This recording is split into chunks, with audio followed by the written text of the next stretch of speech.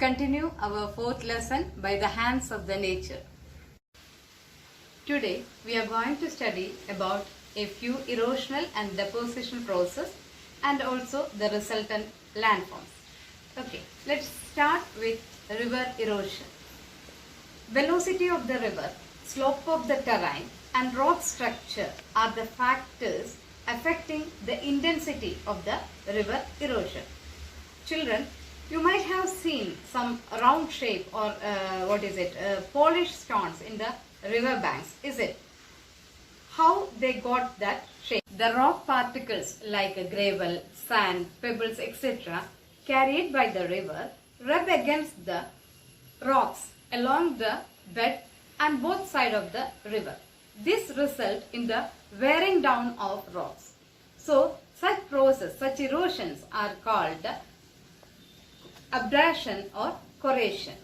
Through this process, the river can polish even the hard stone along its course. That is the reason for we are seeing that the polished rocks in the river sides. Okay. So, dear children, observe the picture 4-5. You can see the erosion along the riverbed and also along the river bank. Riverbed erosion is mostly in the upper course. We already studied about the three stages, is it? Upper course, middle course and the lower course. So, the riverbed erosion is mostly in the first course, that is upper course. And the next is gullies. Gullies are formed as a result of the erosion caused by the running water.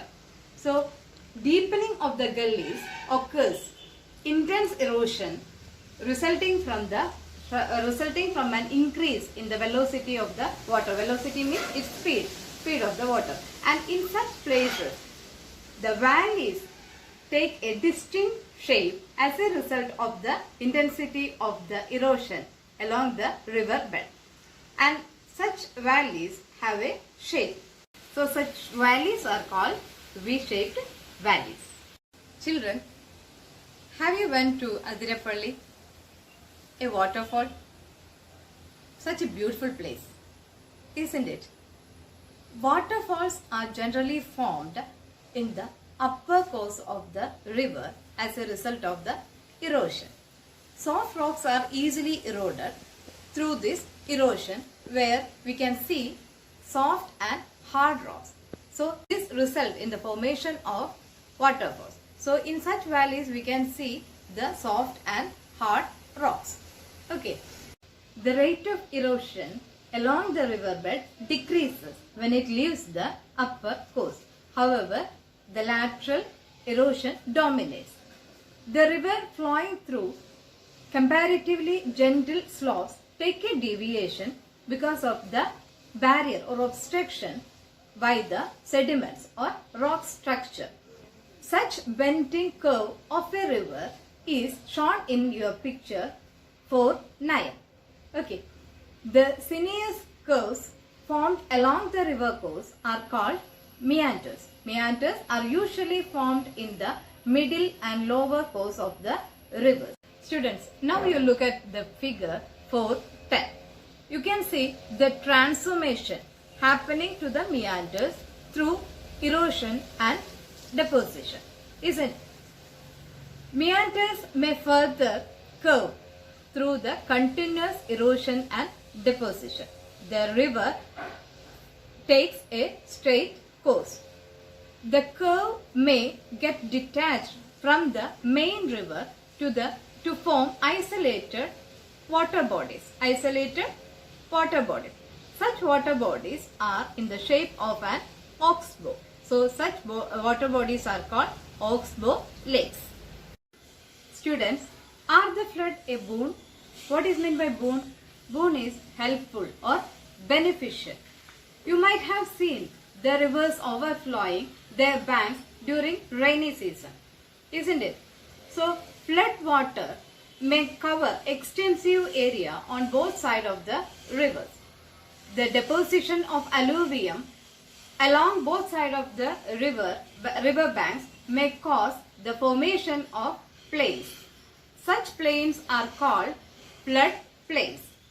Many of our famous civilizations, for example, Indus Valley, Mesopotamian, Egyptian, have taken birth along such flood plains.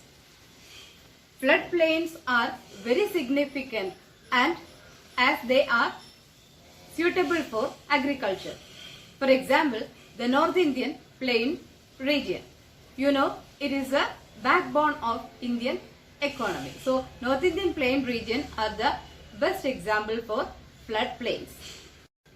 You know, children, the velocity of the river decreases when it reaches the river mouth.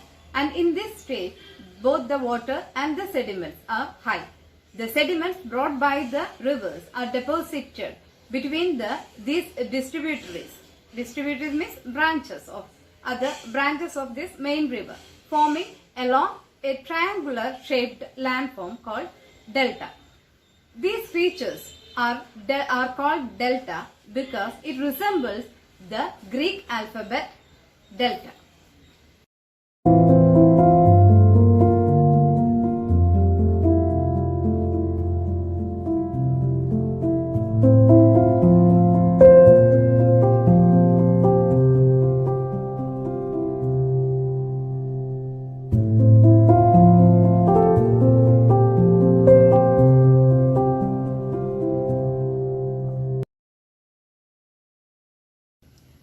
So students, that's all for today.